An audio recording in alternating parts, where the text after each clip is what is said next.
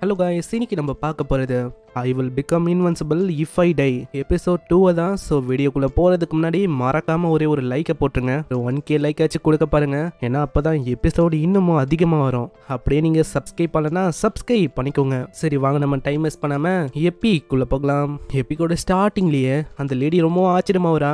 நீ ரிவெஞ்சை எனக்கு பதிலாக கொடுக்க போறியா? அங்கே நீ போனால் அது சாவறதுக்கு சமம். உனக்கு பயம்னு ஒன்று இல்லவே இல்லையா? என்னது பயமா? எனக்கா? இல்லவே இல்லை. ஏன்னா நம்ம ஹீரோக்கும் அதே தான் ஆசை. அங்கே போய் ஒரு பிரேவா செத்து போனாலே போதும், அவனோட ஸ்ட்ரென்த்து ஸ்டாட்ஸ் எல்லாமே அதிகரிக்கும். அந்த லேடியும் மூந்து பார்க்குறா. இவன் கிட்ட எந்த விதமான பொய்க்கான ஸ்மெல்லும் வரவே இல்லை. அப்போனா இவனுக்கு பயமே இல்லை, இவன் உண்மையிலேயே சீரியஸாக தான் இருக்கான். ஆனால் இதனால இவனுக்கு என்ன கிடைக்க போகுது? எதுக்காக இப்படியெல்லாம் இவன் பண்ணிருக்கான்? ஏன்னா அங்கே போகிறதுனால இவன் தான் இறந்து போவான். இந்த மாதிரி டைமில் அவன் எனக்காக எவ்வளோ விஷயத்த பண்ணுறான். இதுக்கு நான் அவன் கிட்ட என்ன பண்ணுறது? அவனுக்குன்னு தரதுக்கு என் கிட்ட எதுவுமே இல்லை. அப்படின்னா என்னோட பாடியை வச்சா நான் ரீபே பண்ணணும்? ஐயோ, அதெல்லாம் என்னால் யோசிக்க முடியல. ஆமா, என்ன ஆச்சு? எதுக்கு நீங்க ஒரு மாதிரி ரொம்ப பிளஷ் ஆகுறீங்க? அதுவா, இந்த மாதிரி என்கிட்ட கொடுக்கறதுக்குன்னு எதுவுமே இல்லப்பா. நான் உன்னோட கைனஸை எப்படி நான் ரீபே பண்ண போறேன்? உனக்கு வேணும்னா சொல்லு, நான் என்ன வேணாலும் பண்றதுக்கு தயாரா இருக்கேன். என்ன வேணாலுமா? என்ன சொல்ல போறாரு? அந்த மாதிரி தான் சொல்லுவாரோ? இங்க ஒரே ஒரு விஷயத்த எனக்காக பண்ண முடியுமா? என்ன விஷயம்? அதுவா, நீங்க பண்ண வேண்டிய விஷயம். அது நீங்க சீக்கிரட்டா வச்சுக்கணும். அட, இவன் இதை தான் சொன்னானா? நான் தான் ஏதோ தப்பா புரிஞ்சுக்கினேன். இவன் வேற மாதிரி ஏதோ சொல்ல போறான்னு. நல்ல வேலை இவன் அப்படியெல்லாம் சொல்ல. அதே மாதிரி இவனுக்கு டெத்து மேல எந்த விதமான பயமும் இல்ல. அவன் இதை ட்ரை பண்ணட்டும். ஏன்னா அவனே சொல்லும் போது நான் அப்படியே அவனை விட்டுறது நல்லது. அந்த லேடி கிட்ட அவன் கேட்கறான், ஆமா அங்க அந்த இடத்துல லெவல் 5ல இருக்க மெம்பர்ஸ் எல்லாம் இருக்காங்களா? நீ அங்க சாதாரணமா யாரையுமே இடப்படக்கூடாது. அந்த யாங்சங் சிட்டில ஒரு லார்டு இருக்கான். அவனோட பேரு கூயாங். நம்ம யாங்னே கூப்பிடலாம். அதுக்கப்புறம் கூயாங்கோட ஆளுங்க அங்க இருக்கிற ஆளுங்களை அடி அடின்னு பொழந்து கட்டுறாங்க. அட கூயாங், இந்த மாதிரி எங்களை விட்டுருங்க, எங்களை ஒண்ணுமே பண்ணாதீங்க. கூயாங்கோட ஆளுங்க அங்க கேட்கவே இல்லை. யாங்கோட ஆளுங்க பயங்கரமா அங்க அடி அடின்னு அடிக்கிறாங்க. இந்த சைடு யாங்கோட பையனும் அங்க வரும்போது 2 விசிட்டர்ஸ் அவன் பாக்குறான். அவங்களும் இங்க ஏதோ ஒரு விஷயமா வந்திருப்பாங்க. அவங்கள பார்த்தோன்னே, யார் அது? இந்த அளவுக்கு ரொம்ப அழகா இருக்கா? அந்த அழகை இங்க கொண்டு வாங்கல. உங்களுக்கு எல்லாம் அசிங்கம்னு ஒண்ணு இல்லவே இல்லையா? யாரையாச்சும் பார்த்தாலே போதும் இந்த மாதிரி தாவிடுறது வெக்கமா இல்ல? நான் செத்தாலும் அந்த மாதிரி விஷயத்துக்கு வர மாட்டேன். அங்க ஒரு 2 முட்டைங்களும் வராங்க. ஹோய், யாங்கோட சன்னே கூப்பிடுறாரு. நீ என்னன்னா வராம இருக்க? அப்புறம் தான் அந்த பொண்ணுக்கு புரியுது, அந்த பொண்ணு ஒன்னும் பியூட்டின்னு சொல்லல, இந்த பையனை தான் அப்படி சொல்லியிருப்பான். அப்புறம் தான் அந்த பொண்ணுக்கே புரியுது, அவனா நீ? இதனால அந்த பையன் கத்த ஆரம்பிச்சிடறான். அடே, உனக்குலாம் வெக்கமே இல்லையா? பொண்ணுங்க மேலதான் தாவறீங்கன்னு பார்த்தா இப்ப பசங்களையும் விட்டு வைக்கலையா?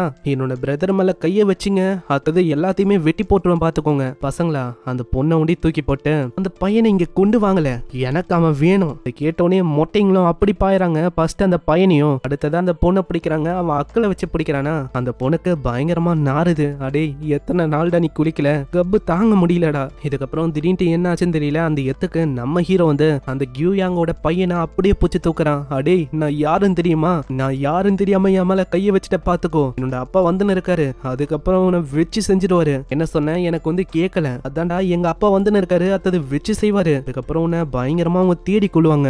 அட அட அட, இததான் நான் எதிர்பார்த்தேன். இதுக்கு தான் நான் வெயிட் பண்ணேன். எனக்கும் அதுதான் வேணும். அதாவது அவங்க என்ன கொல்லணும். இதுவே இந்த பையனை நான் கொன்னுட்டா ரொம்பவும் அவங்க காண்டாவாங்க. அதுக்கப்புறம் என்ன மிதிச்சே கொள்ளுவாங்க. அப்படி நான் செத்து போனா பிரேவா செத்து போன மாதிரி வரும். நல்லா ஆர்வத்தை அடக்க முடியல. அதுக்கப்புறம் என்னோட டெத் ரேட்டிங் அது அதிகரிக்கும். அதுதான் எனக்கும் வேணும். அதுக்கு நான் ஆவலா வெயிட் பண்றேன். காட்ஸும் பார்த்து ஓடி வர அங்க டக்குன்னு நம்ம ஹீரோ பிடிக்கிறான். அங்கேயே நில்லுங்க, இல்லன்னா அவ்வளவுதான். இந்த பையன் உயிரோட இருக்க மாட்டான், அடுத்தது கொன்றுவான் பாத்துக்கோங்க. அடே, உனக்கு தெரியாது என்னோட அப்பா யாருன்னு? தேவையில்லாம தப்பான இடத்துல நீ கைய வச்சுட்ட. ஆனா அவன் கண்டுக்காம பயங்கரமா அடி அடி நடிப்பானா? ஒரு கட்டத்துல அவனோட மூஞ்சே வீங்கி போயிடுது. அடே, தயவு செஞ்சு விட்டுறடா, இது என்னோட சிட்டிடா. சிட்டில இருக்க இது என்னோட வீடு. என்னோட வீட்டுக்கே என்னையே நீ அடிக்கிற. உனக்கு என்ன வேணுமோ நான் தரேன். உனக்கு என்ன வேணும்? பேரு, புகழ், பணம், எதுவா இருந்தாலும் கேளு, நான் தந்துடுறேன்டா.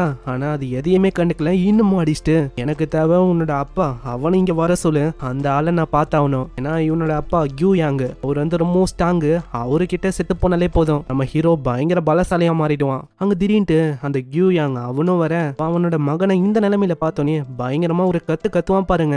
அந்த இடம் முழுக்க ஒரு பயங்கரமான ஆறாம பறவை. நம்ம ஹீரோ இப்பதான் கவனிக்கிறான். ஓ, இவரு தான் அந்த கியூயாங்கா? அவரை பார்க்கும் போதே தெரியுது இந்த அளவுக்கு ரொம்ப ஸ்ட்ராங்கா இருக்காரு. அவரோட குரல், அதுலயே இவ்வளவு பிரஷர். கியூயாங்கோ நம்ம ஹீரோ பார்த்து யோசிக்கிறாரு. அவன் என்னோட மகனை வெறும் கைய வச்சுதான் புச்சுன்னு இருக்கான். அவனுக்குள்ள இன்ன ஸ்ட்ரென்த் அது அவளைக்கும் இல்லாத மாதிரி எனக்கு தெரியுது. சைனீஸ் அனிமேல நிறைய விஷயம் இருக்கு. கல்டிவேஷன், மரிடியம், ரிலம், லெவல்ஸுக்குன்னு தனித்தனி பேரெல்லாம் இருக்கு. அதெல்லாம் சொன்னா போயினே இருக்கும். நான் ஒரு அனிமேவை ஆரம்பிக்கும் போதும் கண்டிப்பா நான் சொல்றேன், வேறமா கண்டினியூவா வாட்ச் பண்ணுங்க. அங்க அவரும் இவரும் நம்ம ஹீரோ பார்த்து தப்பா தான் இட போறாரு, இவன் ஏதோ ஒரு விஷயத்த மறைக்கிறான்னு. ஹீரோவும் கத்துறான், நில்லுங்க நம்ம பேசலாம். இப்படி இவன் முறைச்சிங்கன்னு தான் சொல்லுவான். அதுக்கே அவரு கொஞ்சம் கம்முனாயிராரு. ஏன்னா அவரை பொறுத்த வரைக்கும் நம்ம ஹீரோ வந்து ஏதோ ஒன்றை மறைக்கிறான், ரொம்ப ஸ்ட்ரென்த் இருக்கு அப்படின்னு தான் அவர் யோசிக்கிறாரு. இதனால ஒரு ஹீரோ கிட்ட மன்னிப்பே கேட்கிறாரு, எப்பா நீ அந்த பையனை விட்டுறியா, நம்ம பேசி தீர்த்துக்கலாம், அவன் ஏதாச்சும் பண்ணியிருந்தா மன்னிச்சு விட்டுரு, ஏன் இத்தனைக்கும் நான் ஃபியூச்சர்ல அவன் மேல ஒரு கண்ணியை வச்சுக்கிறேன். என்னது, நான் வெறும் எக்ஸ்பிரஷன் ஒண்டிதான் மாத்தினேன், அதுக்கு போய் இவன் எதுக்கு டோனியை மாத்திட்டான், எவ்வளவு நேரமா பயங்கரமா பேசினா, ஏதோ இவன் கொன்றுவான் அடிச்சிருவான் அப்படி இப்படின்லாம் நான் பார்த்தேன். ஆனா இவன் என்னன்னா இப்படி என் கிட்ட பேசின்னு இருக்கானே, இப்படி எல்லாம் யோசிக்கிறான.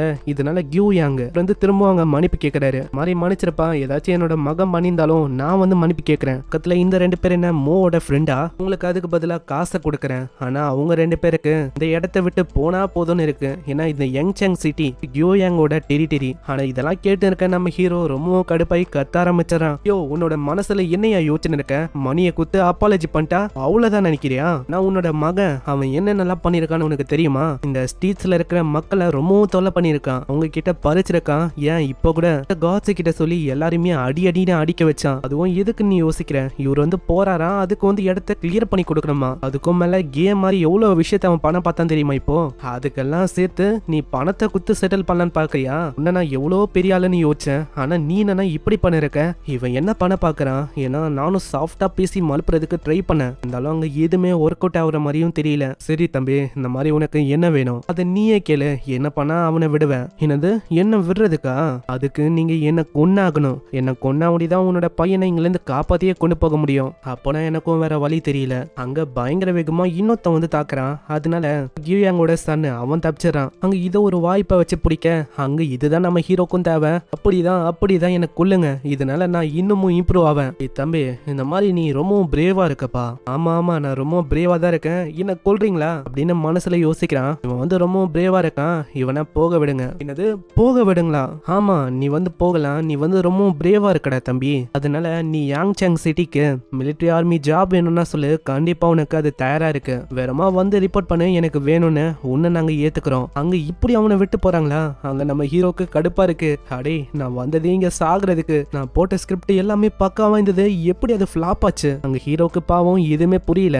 போகும்போதும் கியூயாங் அவனோட பையனை விடவே இல்லையா, போகும்போதும் அடிச்சுட்டு தான் போறாரு, நீ கடைசி வரைக்கும் பிளே பாயா தான் இருப்பேன்னு. அங்க ஹீரோ பாவம் ஓன அழுறான், அவனால அங்க எதுவுமே பண்ண முடியல, ஏன்னா சாகணும்னு வந்தா இங்க சாக கூட முடியல. இதுக்கும் மேல பின்னாடி இருக்க ஆளுங்களும் பேசுறாங்க, இந்த பையன் ரொம்ப லக்கின்னு நினைக்கிறான்ப்பா, நான் எவ்வளவு விஷயம் நந்தோம், இவனுக்கு மிலிட்டரியில ஜாப் கிடைக்குது பாத்தீங்களா, அங்க இருக்கா இந்த பையன். அடே, நான் சாகணும்னு வந்தேன்டா, ஏன்டா என்ன இப்படி பண்றீங்க, ஏமோ உன்னோட மனசு மாறலன்னா நீ கண்டிப்பா மிலிட்டரியில வந்து ஜாயின் பண்ணிக்கலாம் இப்படி அவரு சொல்ல, இன்னமும் இவனோட மனசு உடைஞ்சு போகுது. ஆனா அந்த சிஸ்டம்ல இன்னமும் சீக்கான ரேட்டிங் வந்து அப்படியே காட்டின்னு தான் இருக்கு. ஆனா இவனுக்கு ஏன் அது காட்டுதுன்னு புரியல. அங்க மக்களும் கை தட்ட இப்பதான் அவனுக்கு விஷயம் புரியுது, இத்தனை பேருக்கு முன்னாடி இவனுக்கு பேரும் புகழும் அமைஞ்சிருக்கு, அதனாலதான் இன்னமும் சி ரேங்க்ல இருக்கிற மாதிரி அங்க காட்டுது. இதுலயே நம்ம ஆளுக்கு ஒரு விஷயம் புரியுது, நம்ம செத்து போனாலும் நம்மளோட லெவல் ஏறுது, அதே மாதிரி நம்ம இறக்காம இந்த மாதிரி விஷயத்த பண்ணாலும் லெவல் ஏறதான் போகுது. 2 சைடும் லாபம் தான், ஏன்னா இதே மாதிரி போனாலே போதும், ஒன்ஸ் அப்படி நான் ஃபெயில் ஆயிட்டா கூட எனக்கு ஹை குவாலிட்டியில டெத் வந்து கிடைக்கும், அதனால நான் இன்னமும் ஓவர் பவரா மாறுவேன். இப்படி இவன் யோசிக்கிறான். இந்த சைடு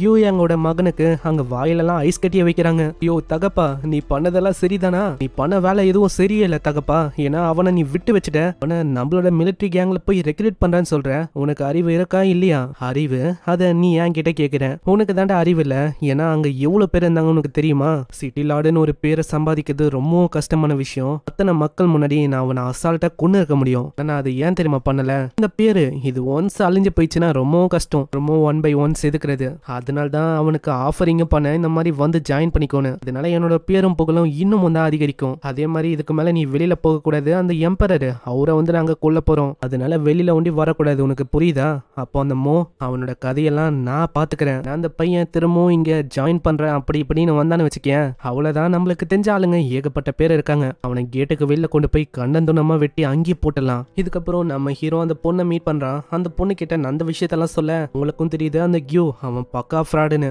நான் வேணும்ட்டே தான் அவன் இப்படி பண்ணிருக்கான், ஏன்னா ஒரு நல்ல இமேஜ் அவன் கிரியேட் பண்றதுக்கு பாக்குறான், நீ மிரட்டின விஷயம்லாம் ரொம்ப ஓவரு, ஆனா நீ மிரட்டி இருக்க, அதனால என்ன வேணாலும் நடக்கிறதுக்கு வாய்ப்பு இருக்கு, உனக்கு நான் இன்னொரு ஸ்கில்லையும் கத்து தரேன், அந்த புக்கை அந்த இடத்துல இருந்து அவங்க எடுப்பாங்களா, அது ஆளு மோந்து பாக்குறான், இந்த ஸ்கில்லை யூஸ் பண்ணா போதும் உன்னால அந்த ஆளுங்களோட மெரிடியம் அதை வந்து அழிக்க முடியும், அதுவும் எப்படி உன்னோட பொட்டென்ஷியலை வச்சு, ஆனா இந்த ஸ்கில்லை அவேக்கன் பண்றது ரொம்ப கஷ்டம், லைஃப் ஆர் டெத் ஸ்ட்ரகிளை நீ அனுபவிக்கணும். அப்ப நான் தான் உன்னோட இன்னர் ஸ்ட்ரென்த்தும் டபுள் ஆகும். ஆனா நம்ம ஹீரோக்கு தான் இதெல்லாம் அசால்ட் ஆச்சு. இதனால அவன் ஜாலியா இருக்கான். இங்கே அந்த எபிசோட முடியுது. இதுக்கப்புறம் தான் தெரியும் அந்த கியூயாங் அவன் என்ன பண்ண போறான்னு.